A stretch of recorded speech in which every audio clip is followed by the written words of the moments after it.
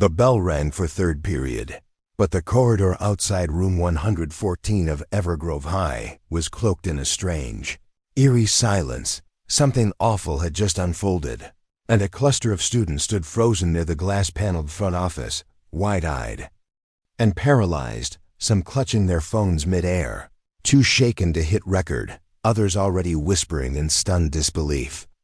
Inside that office, 15-year-old Zara Malik sat trembling, her face drained, her body still, and the floor around her littered with thick piles of her once beautiful, proudly braided hair. Moments earlier, behind that same closed door, Principal Derek Shaw had stood like a conqueror, gripping a pair of humming electric clippers in his hand, his arms crossed, his tone cold and void of remorse. "We have standards here," he had declared without flinching, eyeing Zara like an offender. "And you don't get to walk into my school with a mop on your head, missy." Zara had pleaded, not panicked, not defiant, but calm and respectful, explaining that her braids were part of her heritage, worn with love and pride the same way her mother once did. But Shaw wasn't interested in listening, not to logic, not to policy, not to humanity. "You think you're special?" he had sneered. "You think being Rayan Malik's daughter gives you a free pass?" Then came the buzzing sound that sliced through the silence like a bone saw, leaving nothing but shock in its wake. Outside the door, a sophomore named Lena could barely breathe. "He really shaved her head," she whispered, eyes locked on the horror. "She didn't even do anything." Her friend stared, pale and tense. "Should we call someone?" But before the thought could take form, another student already had his phone raised. "Too late," he muttered. "Someone already did." At 11:08 a.m., a silent message flew across town to a private gym where Rayan Malik, Zara's father, and globally known former wrestler turned activist, was wrapping up his morning session. His phone buzzed once. No caption, no text. Just a 30-second clip showing Principal Shaw standing over his daughter with clippers. The moment the buzzing started, Rayan froze. His grip around a plastic water bottle tightened until it collapsed. In his hand, crushed without a second thought. Then, without a word, he walked out. By 11:30 a.m., the front door of Evergrove's office slammed open like thunder meeting concrete, crashing so hard against the wall that staff inside jumped. And in walked Rayan Malik, broad, seething, silent, each step like a warning siren, his eyes sharp enough to set fires.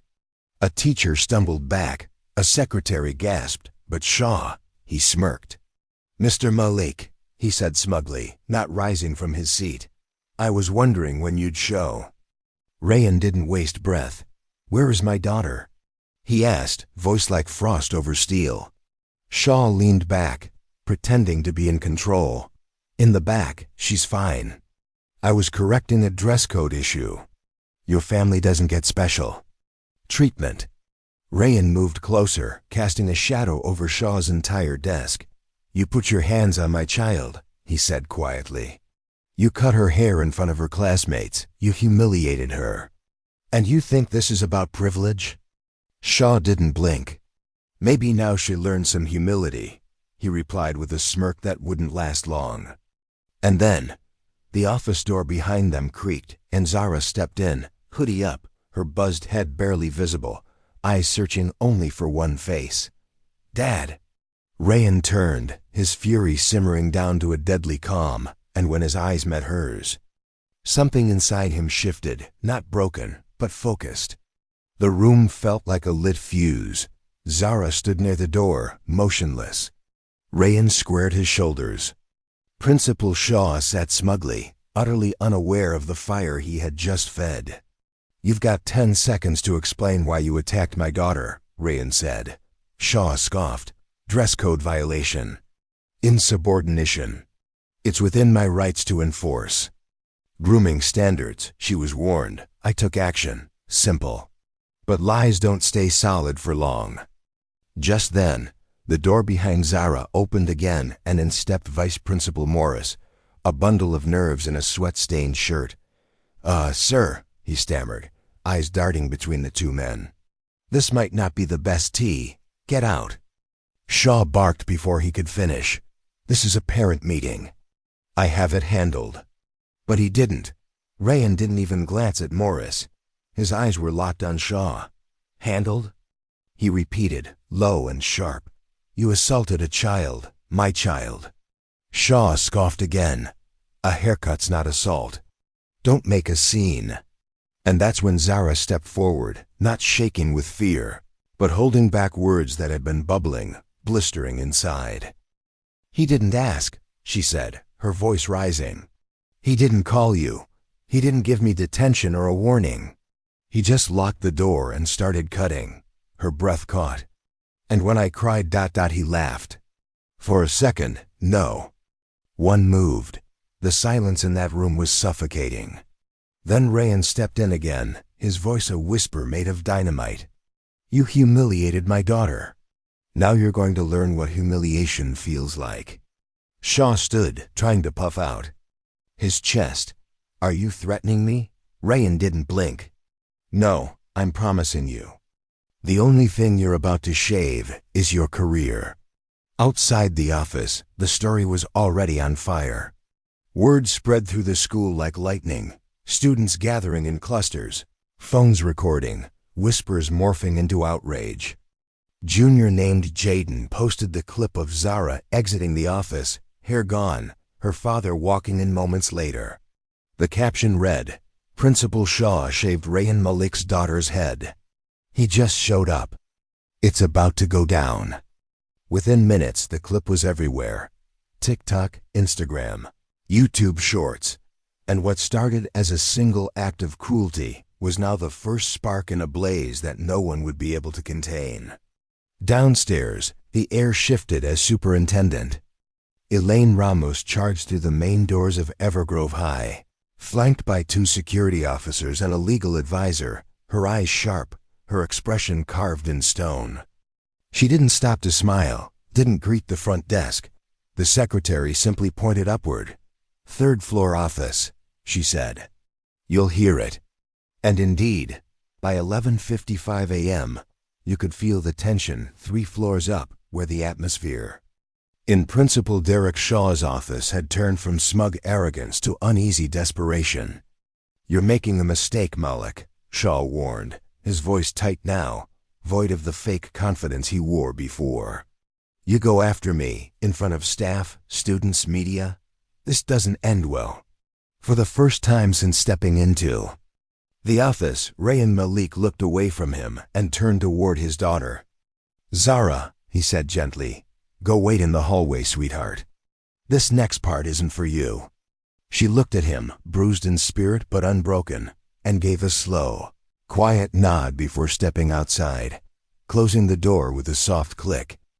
Behind her, what happened next didn't need yelling, because Rayan didn't operate on rage. He operated on presence.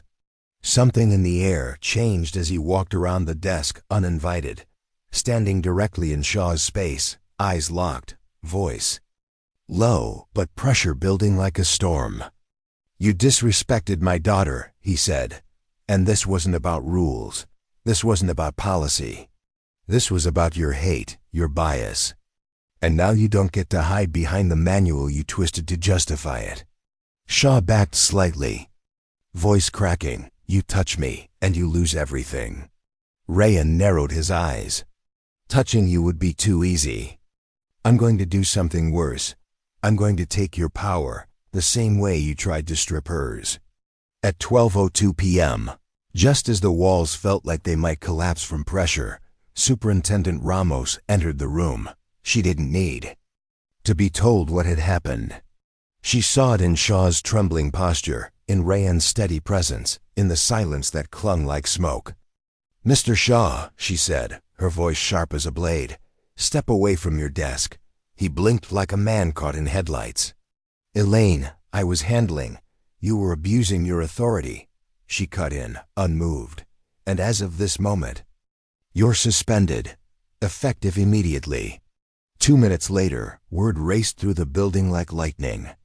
Students flooded the hallways. crowding staircases and the cafeteria, over 400 of them, some whispering, some crying. Others quietly filming as Principal Shaw was escorted out of the third-floor office in front of everyone. At 12:07 p.m., the building grew still again as Rayan Malik stood on the small cafeteria platform, typically used for announcements and talent shows, now transformed into a stage of reckoning. Superintendent Ramos handed him the mic, and he faced the crowd of students, a sea of faces staring back with wide eyes and full hearts.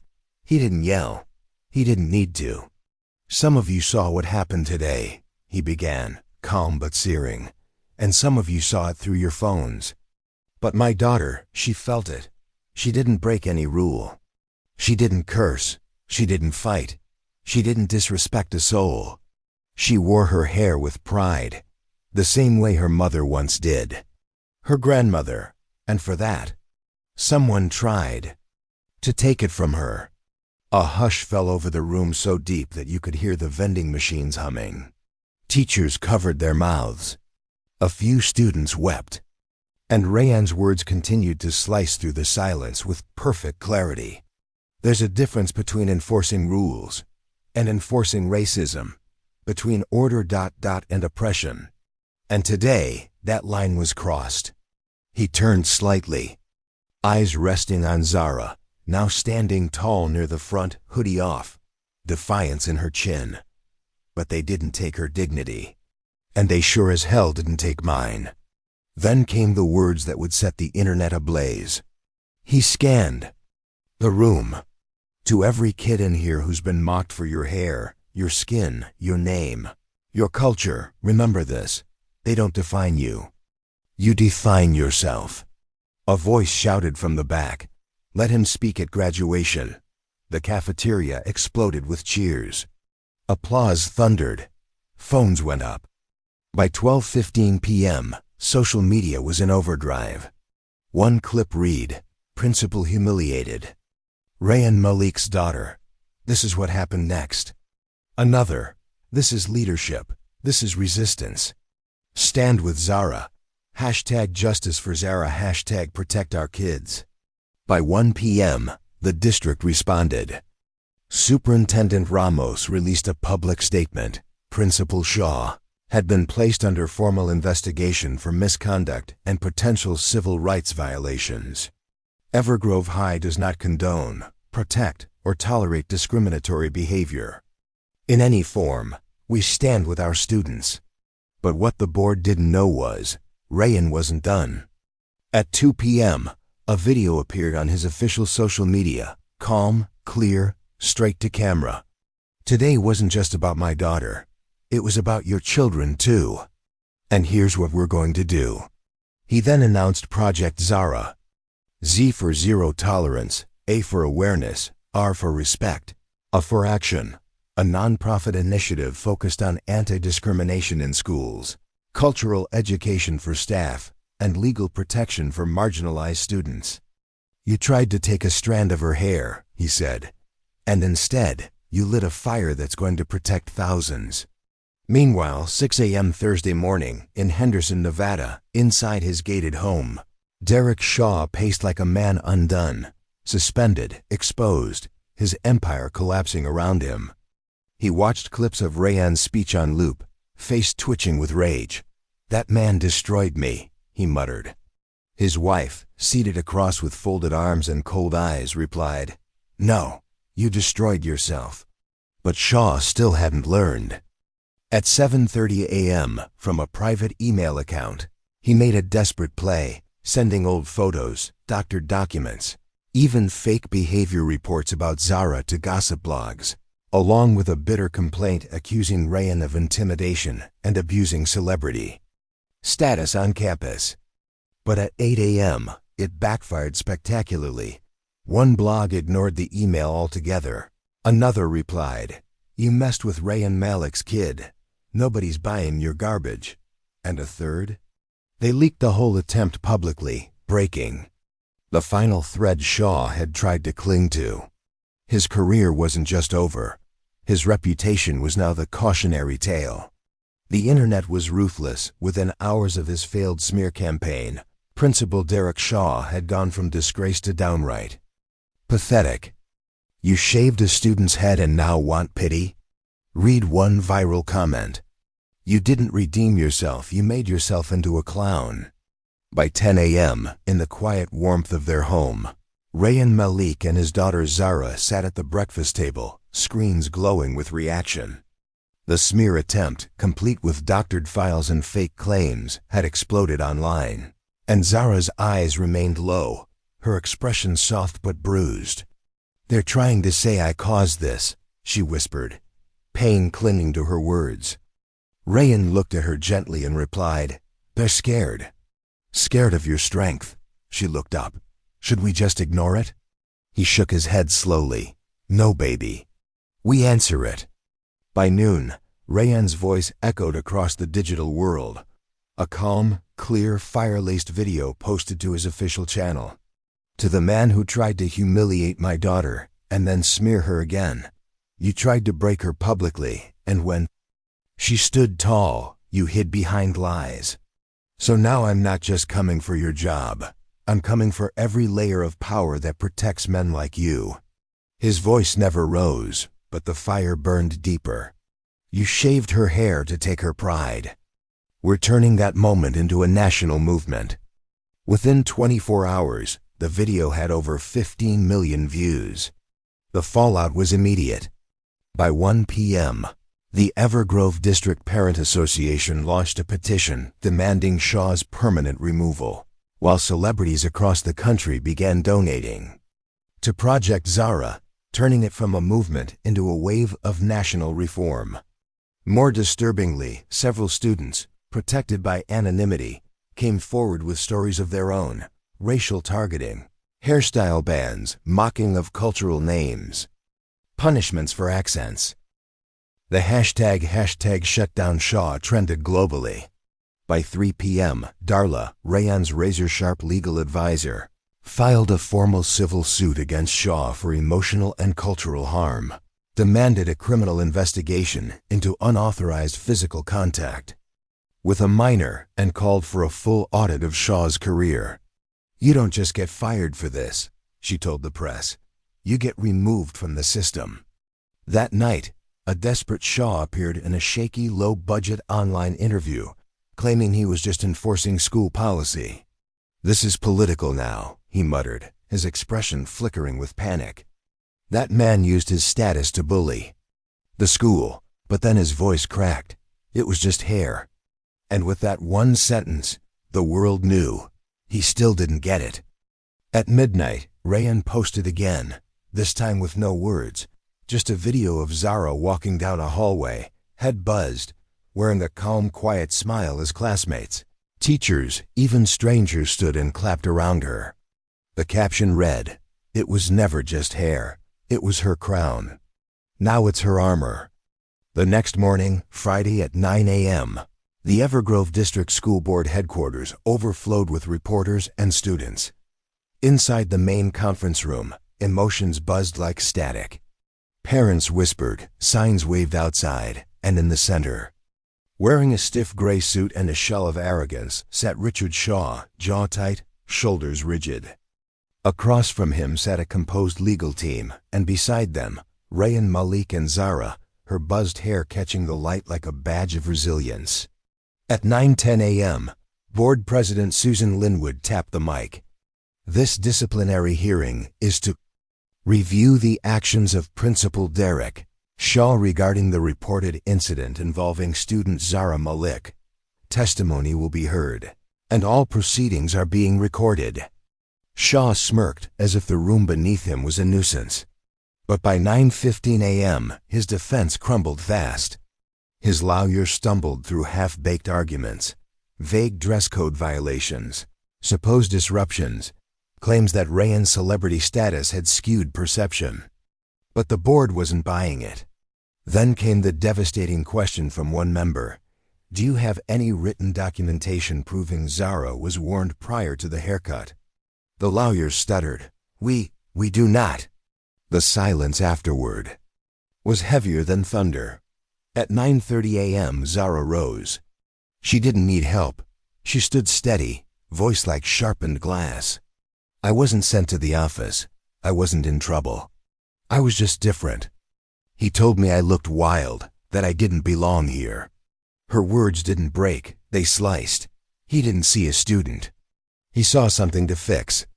At 9:45 a.m., Darla stood and delivered the final blow, unedited footage from a student's phone, displayed for the board. Zara sitting quietly. Shaw powering on clippers, her crying, his laughter. One board member gasped, another turned away, eyes shut. But it wasn't over.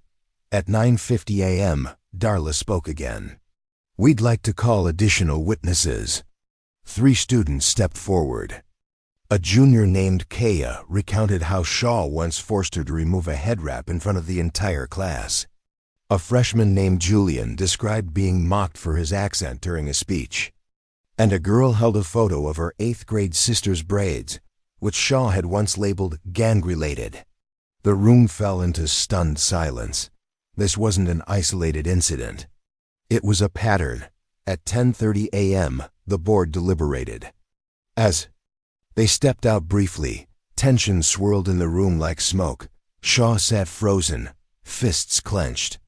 Rayan leaned toward Zara. You okay? She nodded. More than okay. At 10:50 a.m., President Linwood returned. The board has reached a unanimous decision, Mr. Shaw.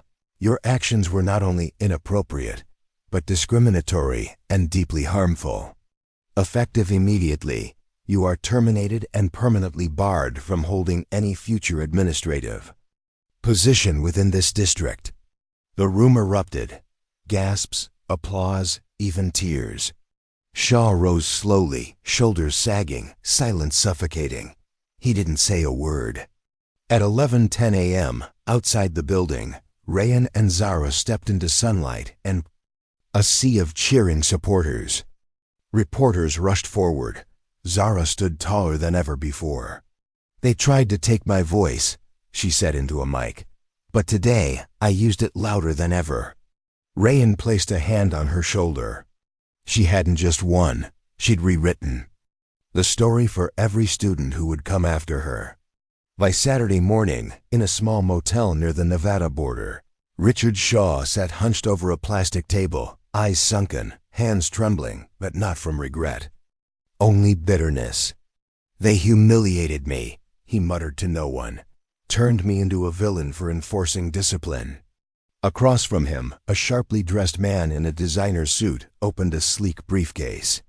His name was Stuart Blackwood, a ruthless private attorney with a reputation for dirty courtroom wars. Forget the district, he said coolly. We're going after the big one now. You sue Rayan Malik. Shaw blinked. You're serious? Blackwood smiled darkly. Dead serious. Emotional intimidation, public harassment, career sabotage. And the daughter, a minor with media influence. This is your next move. Principal Derek Shaw's eyes narrowed as he stared across the dim hotel room. Can we win? He asked, low and bitter. Stuart Blackwood, the smirking attorney seated across from him, adjusted his cufflinks and shrugged. No, but we can. Hurt him. That Sunday morning at 8 a.m. on the porch of their home, Zara Malik sat beside her father, sipping tea as the early light filtered through the trees. A courier pulled up silently and handed a thick envelope to Rayan Malik. He opened it with calm hands, but a flexing jaw. Inside was a lawsuit, filed by Derek Shaw, accusing Rayan of emotional abuse, defamation, and platform misuse. Zara glanced up. Is this real? He nodded, slow and deliberate. It's pathetic. At 10 a.m., Rayan called Darla, his legal powerhouse. She didn't flinch. We've got 2 options, she said crisply. Bury him in paperwork or shut this down before it breathes. Rayan paused. I like option 3, she raised an eyebrow. And what's that? I talked to him. By Monday, 2 p.m., a private mediation was arranged in a neutral Las Vegas conference room. No cameras, no press, just two teams, two men. Shaw walked in flanked by Blackwood. Rayan came alone. Shaw didn't wait. "You ruined me," he growled. "My career, my pension, my reputation, gone. All because your daughter couldn't handle a haircut." Rayan didn't move, didn't blink. "You didn't shave her hair. You tried to erase her identity. And now, after everything, you want to profit from it. You're not a victim, Derek. You're a lesson. But we're not done yet." Then he reached into his bag and placed a thick folder on the table. Inside were screenshots of Shaw's private emails filled with racially charged language, messages to colleagues, audio files from former teachers exposing years of bullying, policy bending, and cruel jokes. It was a complete investigative report from Project ZARA's internal team. Shaw's lawyer turned pale. Rayan spoke again, cold as steel. "If you don't drop this suit today, this folder goes public. And when it does, I'll make sure no school, public, private, charter, or otherwise, lets you anywhere near a student again." Shaw opened his mouth, but nothing came out. At 3 p.m., the case was officially dismissed. By sundown, it was withdrawn, sealed, deleted, gone before the public even knew it existed.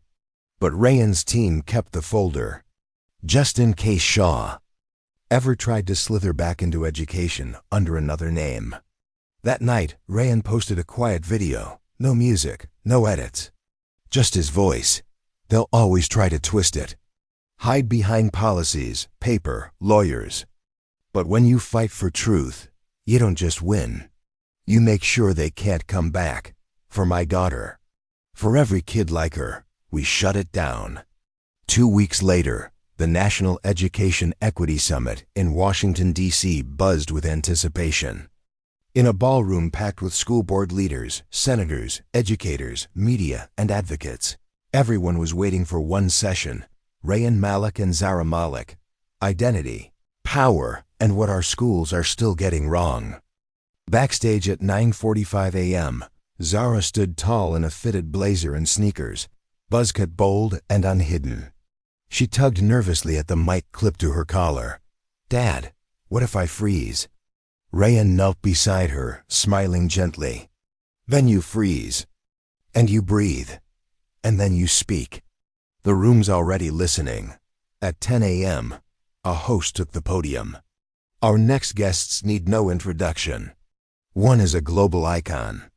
The other, a student who reminded us all that identity is not a dress code violation. It's a human right. Thunderous applause rolled across the hall as Zara stepped onto the stage, calm, sure-footed, and completely unflinching. At 10:05 a.m., she took a breath and began. 2 months ago, I sat in a chair while a grown man shaved my head in front of staff. He said it was about rules. But it wasn't. It was about control, about fear. He didn't just take hair. He tried to take what I was proud of. Her voice didn't tremble. It soared. But that day, I learned something. The moment someone tries to silence your voice, that's when you speak louder. At 10:07 a.m., the room shifted. Her words rolled over the crowd like wind through tall grass. Educators nodded. Journalists typed furiously. Some just listened, eyes locked. This isn't about one man or one school. It's about every student, told to shrink themselves to fit inside someone else's version of appropriate. It's about the schools that punish curls but ignore cruelty, that write rules about length and color, but none about dignity and culture. At 10:10 a.m., Rayan joined her. "I didn't come here as a celebrity," he said. "I came as a father who had to hold his daughter while she cried over something no child should experience. And as a man who realized we're raising the next generation to either stand up or stay silent." He paused, looked at Zara, then turned to the audience. She stood up. "Now it's your turn." At 10:15 a.m., the room stood with them. Every single person. Applause thundered. Some wiped away tears. Others simply held their chests. It wasn't about revenge or viral moments. It was about reclaiming power from the roots up. By that afternoon, clips of Zara's speech spread like wildfire. She didn't flinch. She led. This wasn't just a student speaking. This was a generation answering back. Hashtag Zara Speaks trended globally by nightfall. Even critics posted, "I thought this was just another headline. I was wrong. This girl is going to change everything." That evening, the district called again. Superintendent Elaine Ramos released a statement. "We're rewriting the entire dress and identity code. Zara's words will be its foundation. She isn't just part of the change. She is the change." By Monday at 8:30 a.m., Evergrove High looked like a different school. Posters about cultural identity and student pride lined the walls. Students wore hairstyles once labeled unacceptable with boldness and joy. Teachers underwent weekly equity training. And Zara, now a living symbol of strength, walked the halls like a quiet storm. No one dared speak down to her. No one forgot. But just as peace returned, something darker stirred. At 9 a.m., Zara passed the front office and stopped cold. Her stomach twisted. Standing behind the counter was a man she recognized instantly. Matthew Shaw, Derek Shaw's younger brother. His hair slicked, his smile polished, but his eyes carried the same arrogance, the same entitlement. He glanced at her slowly and said, Well, if it isn't the voice of a generation." By 9:30 a.m., an emergency faculty meeting was called. Whispers flew fast. Superintendent Ramos had approved an interim administrator to serve until a full-time principal was found. No one expected it would be his brother. Matthew's record was clean on paper.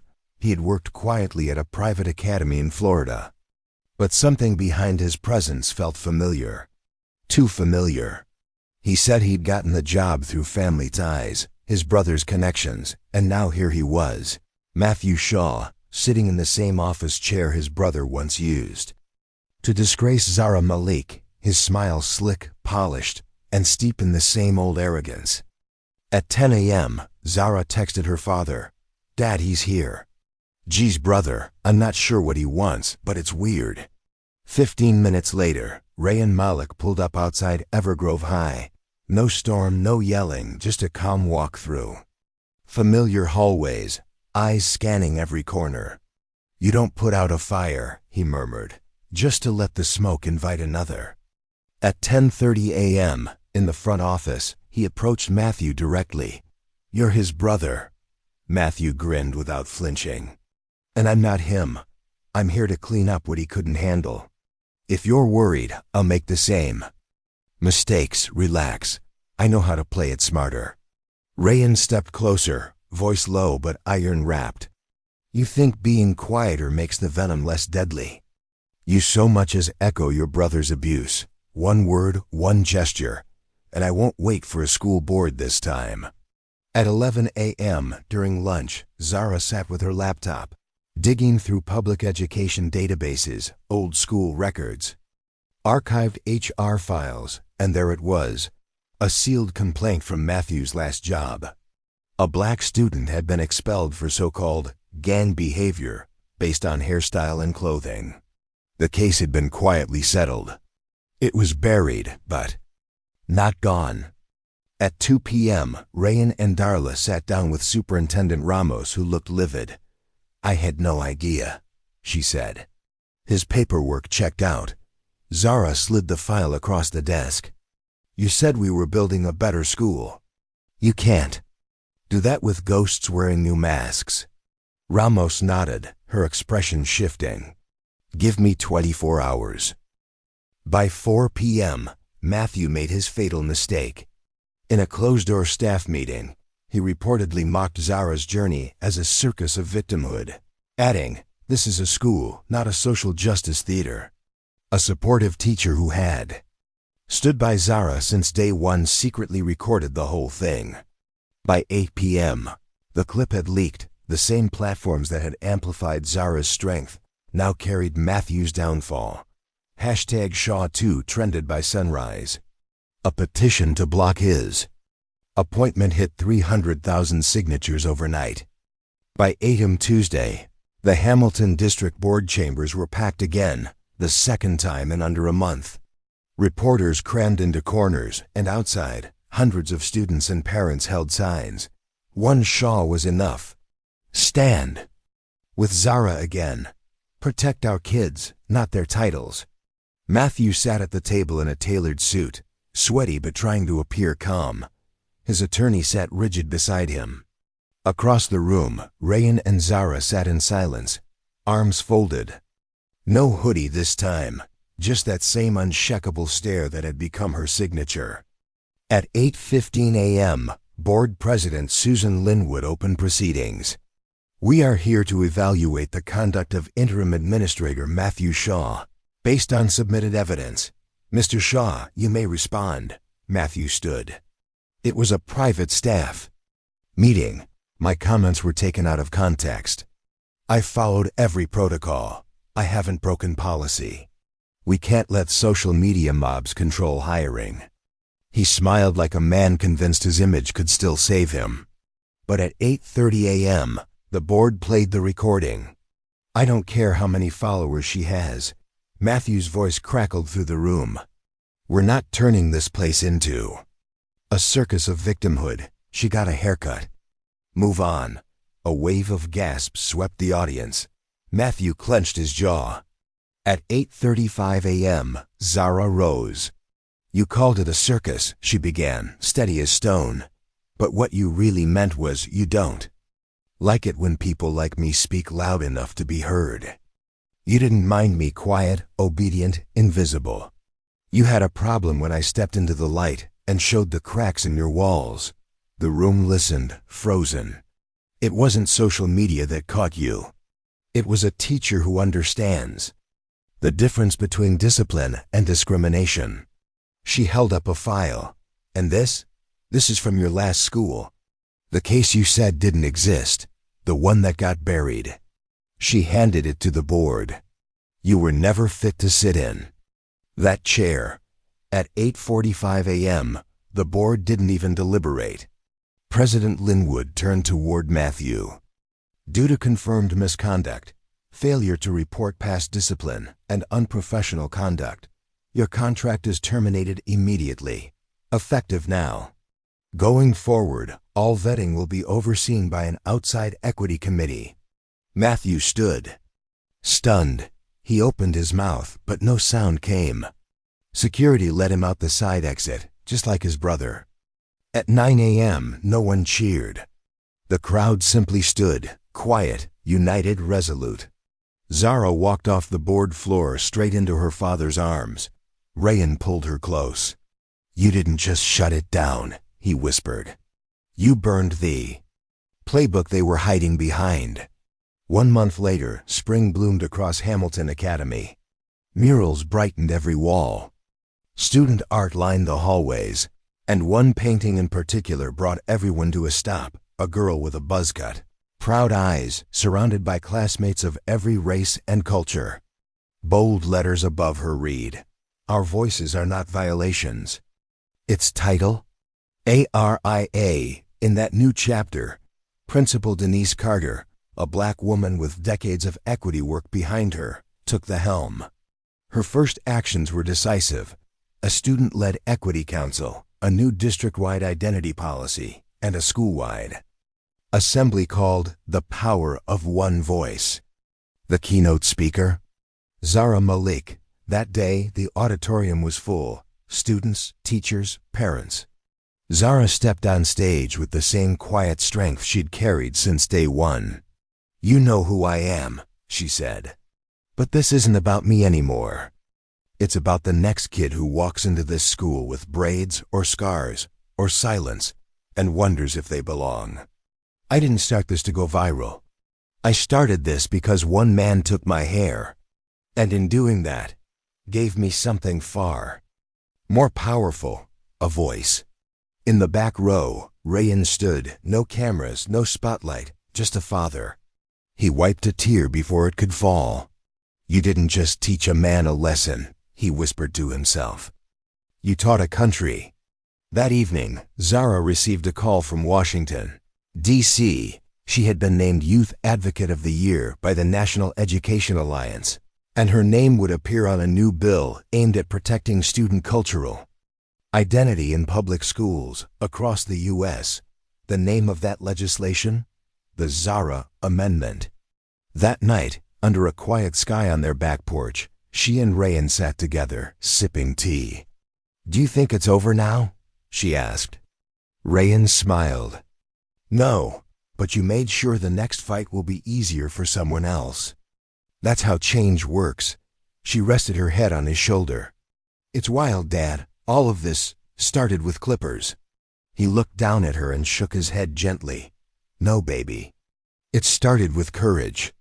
Back at Evergrove, a new bronze plaque had been installed beneath her mural on the legacy wall. It read, "What was taken from her head became power in her voice."